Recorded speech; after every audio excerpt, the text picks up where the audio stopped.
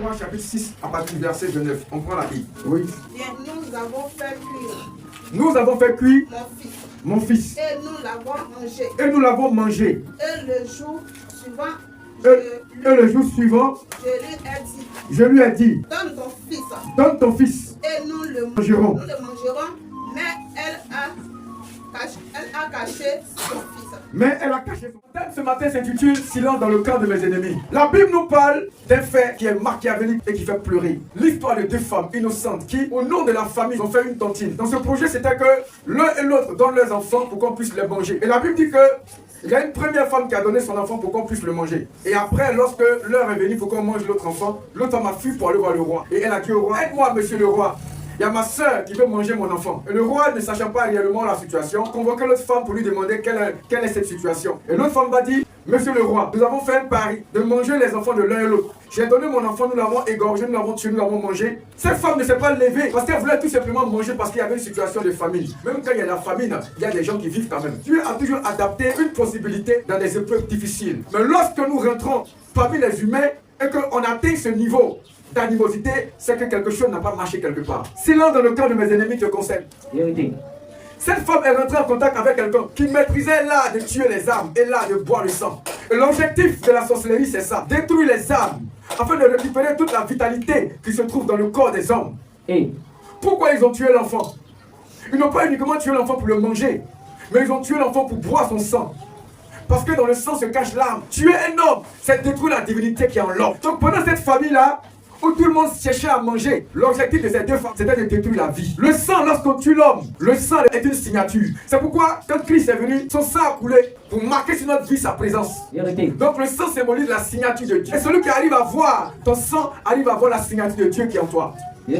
Donc plusieurs personnes qui sont tuées symbolisent que la personne qui est le tueur a plusieurs signatures. Or vous savez que la signature est un sceau, permet des ouvertures. Le sang d'un être humain est une porte spirituelle, c'est pour atteindre une certaine dimension. Le sang est de la vitalité. Celui qui récupère le sang est capable de se positionner dans une promotion professionnelle. Celui qui récupère le sang est capable d'amplifier sa vie. Raison pour laquelle quand on est malade et qu'on est anémié, on reçoit une perfusion de sang. Le motif de la pauvreté qui gambergeait ou qui régnait à cette époque-là était un motif farfelu. Réellement, derrière le motif de la pauvreté se cachait la sorcellerie. Et c'est comme ça aujourd'hui, beaucoup de personnes se sont fait initier sous le motif que Dieu vous a abandonné, c'est pourquoi vous souffrez. Venez, nous vous donnerons un pouvoir mystique pour dominer et pour régner.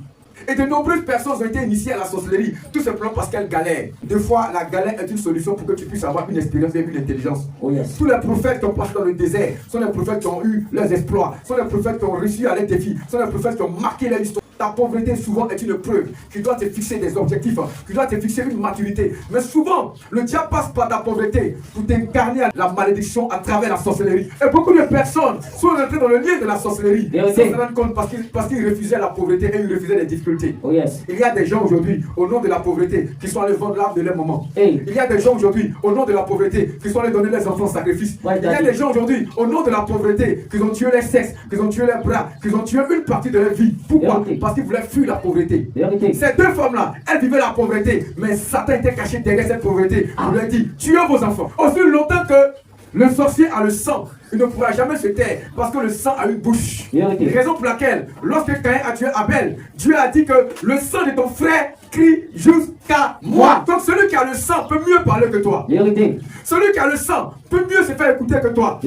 C'est pourquoi vous voyez, lorsqu'on arrive dans la période des élections, il y a des enlèvements, il y a des disparitions, il y a des kidnappings.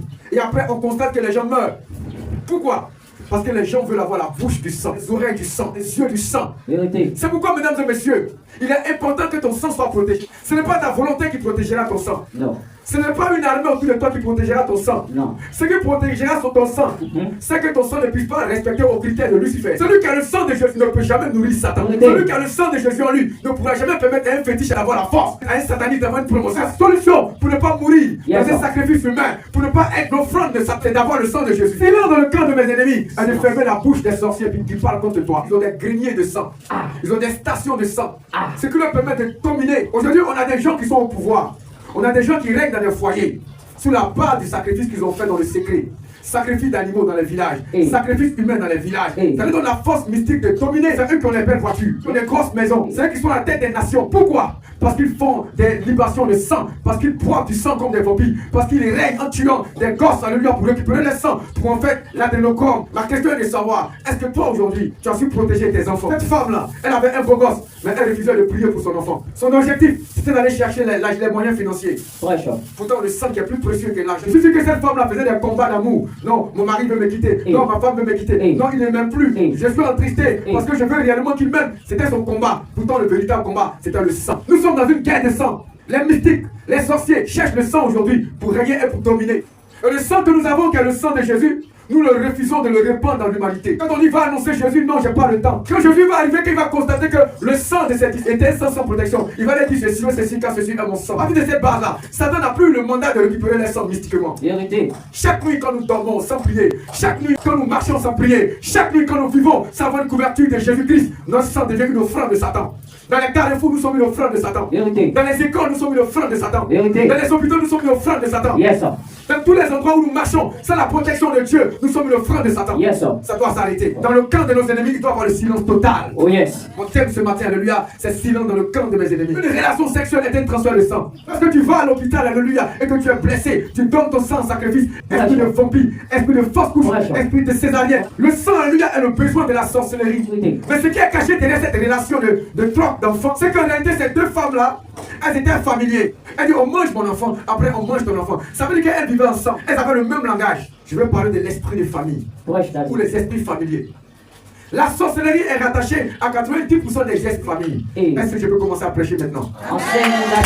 La sorcellerie est dangereuse tout simplement parce qu'elle est rattachée à des démons qui sont des experts ou qui ont une expertise dans un domaine précis. L'esprit qui a gouverné ces deux femmes-là s'appelle l'esprit de famille, ou bien les esprits familiers. C'est un démon dangereux qui rôde, qui règne, qui circule dans notre nation aujourd'hui. Dans chaque famille, ce démon, il est là. Esprit de famille. Dans chaque groupe d'humains, cet esprit, il est là. On le retrouve généralement dans les associations.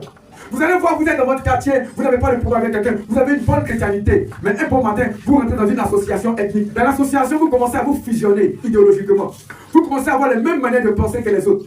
Vous commencez à avoir les mêmes manières que les autres. Vous commencez à avoir les mêmes environnements de loisirs que les autres. Vous commencez à avoir les mêmes projets que les autres. Pourtant, vous êtes chrétien. Dieu vous a mis à part. Il a protégé votre sang. Mais dès l'instant que vous rentrez en connexion avec des personnes qui ont l'esprit de famille, lorsque ces gens sont soulard, vous devenez soulard. Lorsque ces gens sont des impudiques, vous devenez impudiques. Lorsque ces gens sont des menteurs, vous devenez menteurs. Tu es là. Tu te prostitues pas. Tu as une bonne chrétienté. Et subitement, tu rentres dans un groupe esprit de famille. Et leur objectif, c'est de coucher avec des garçons pour avoir de l'argent. Un programme de busy. Et le lendemain, aussi, une te met en contact avec un mec. Et tu commences aussi à te vendre sexuellement. C'est ce démon-là qui a mis en contact ces deux femmes. Ce démon-là, c'était un démon de possession involontaire. Ça veut dire que lorsqu'il te possède, tu ne sais même pas qui t'a possédé. Au moment où tu t'en rentres, tu es déjà dans le bain. Une personne qui est un enfant de Dieu, qui aime les associations, qui aime les rencontres, qui aime les lieux de groupe, qui aime les festivités, finira par être possédé par ce démon. Mais au moment où elle se rendra compte qu'elle est déjà dans la possession, c'est déjà trop tard. Ce démon a détruit sa vie. Avec qui tu marches? Avec qui tu manges? Avec qui tu parles? Quels sont tes lieux de loisirs? Quelles sont les raisons où tu vas t'insérer? Lorsque tu vas sur les réseaux sociaux, tu parles avec qui? Tu es dans quel groupe? Tu es dans quel environnement? Tu es une belle femme, une bonne femme, tu as une bonne chrétienté. Un bon matin, tu rencontres quelqu'un qui est possédé par un démon familier qui a une grosse tête et qui avait une bonne position. Demain, tu descends de ta position. Toi qu'on respectait hier, on donnait les honneurs. Aujourd'hui, alléluia, on te déshonore et on te dénigre. Démon de famille. Et que tu rentres en contact avec une personne qui a un démon de famille, pour reconnaître cette personne, c'est très facile. Elle a ce qu'on appelle, alléluia, les parents inconnus. Tu es dans ton foyer avec madame, ou bien madame est dans ton foyer avec toi. Un bon matin, on voit une tête d'un monsieur qu'on n'a jamais vu dans le mariage. Nous, on n'a jamais vu, alléluia, dans le village. Quand il vient dire, c'est mon cousin qui est là.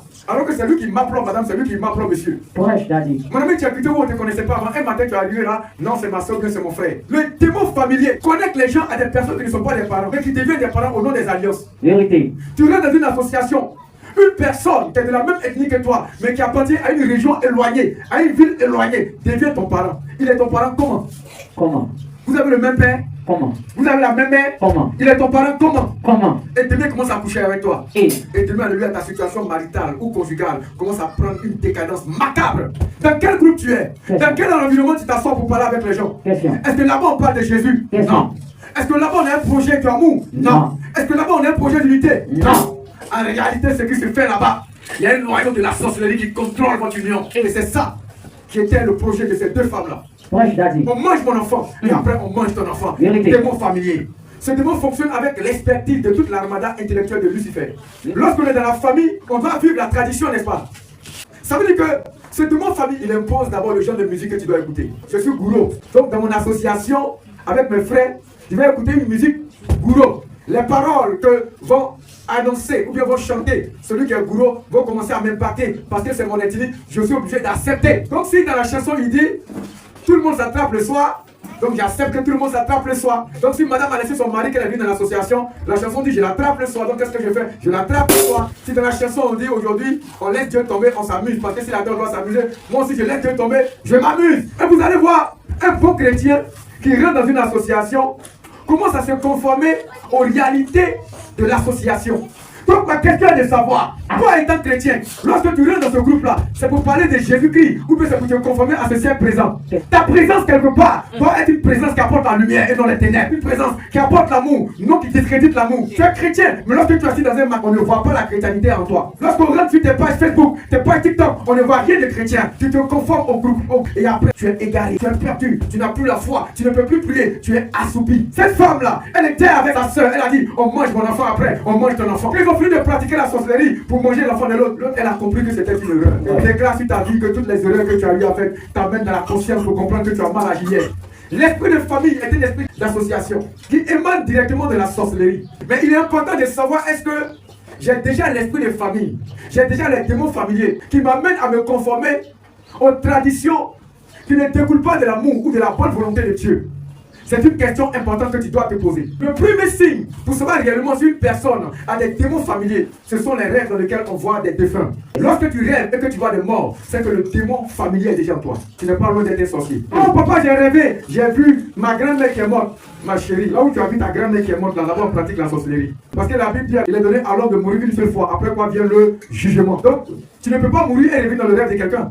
Si tu vois un démon dans le rêve de quelqu'un, c'est un démon. C'est un sorcier qui a pris la couverture ou bien qui a pris le corps de quelqu'un pour venir te blaguer. Quand tu es mort, tu es mort. Quand tu es un chrétien, tu vas dans le sein d'Abraham. Quand tu es un païen, tu vas au séjour de mort pendant le jugement dernier. Tu ne peux plus revenir. Vérité. Si tu vois un mort, ce n'est pas celui qui est mort, mais c'est un démon qui a pris l'image et l'apparence d'un être humain qui pratique la sorcellerie pour venir vers toi. Donc lorsque tu rêves et que tu vois des morts, ça veut dire déjà que les démons familiers sont déjà en toi. Tu n'es pas loin de la sorcellerie. Deuxième critère, lorsque tu es toujours rattaché à un fétiche, à un totem, nous les enfants de Dieu, nous sommes libres.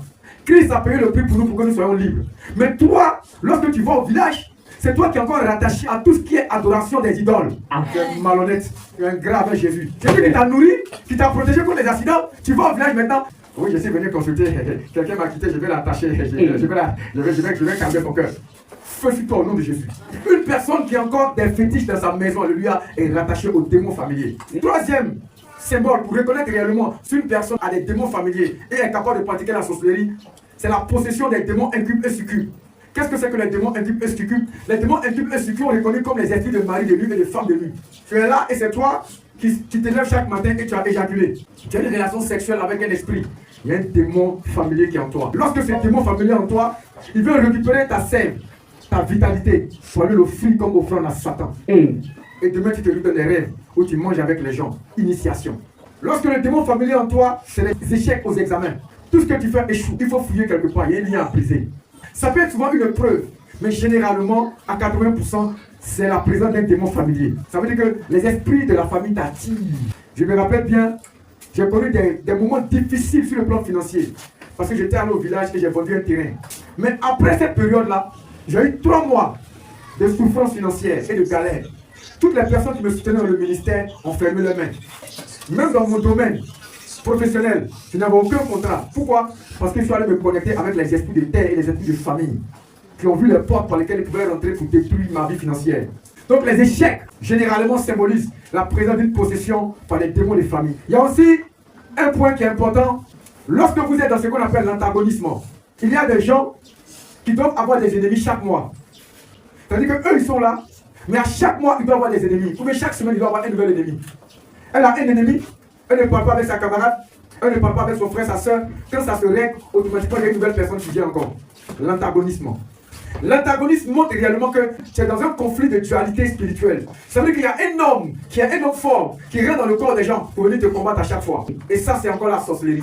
Parce que le sorcier n'aime pas la paix. Il se nourrit, alléluia, des crises. Il se nourrit de la guerre. Il se nourrit des larmes. Il se nourrit du sang. Qui est ton ennemi? C'est Satan. Éphésiens 6 dit quoi? Vous n'avez pas à lutter contre la chair et le sang. Donc ton frère n'est pas ton ennemi.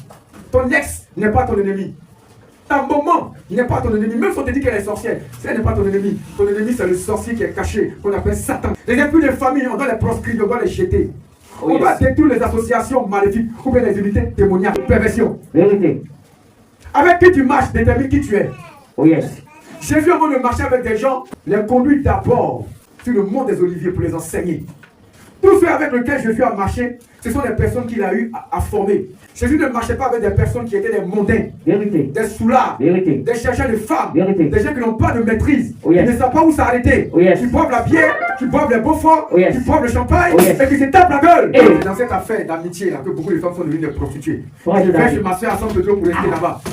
Quand la fille est revient, lui, elle est devenue une coquille. Ses yeux clignotent comme ça, c'est tous les garçons. Je bénis Dieu pour les personnes qui restent sur la même place et qui attendent la grâce de Dieu. Cette femme-là, elle a été trahie par sa sœur. Et dans la vie, il y a des gens comme ça qui sont rentrés en connexion avec des gens. Et après, ces personnes ont tout perdu. Tout perdu. Tu as perdu ta dignité. Tu as perdu ton honneur. Tu as perdu, alléluia, ce que les gens pensaient de toi en bon. Pourquoi?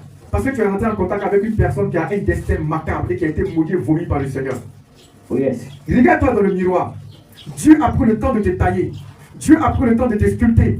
Tu n'es pas irisé. Tu n'es pas la ressemblance des gens qui n'ont pas de valeur. Toi, tu as été mis à part. Si tu marches pour aller dans une église, c'est parce qu'il y a le sang de Dieu sur toi. Il y a le sang de Dieu sur toi.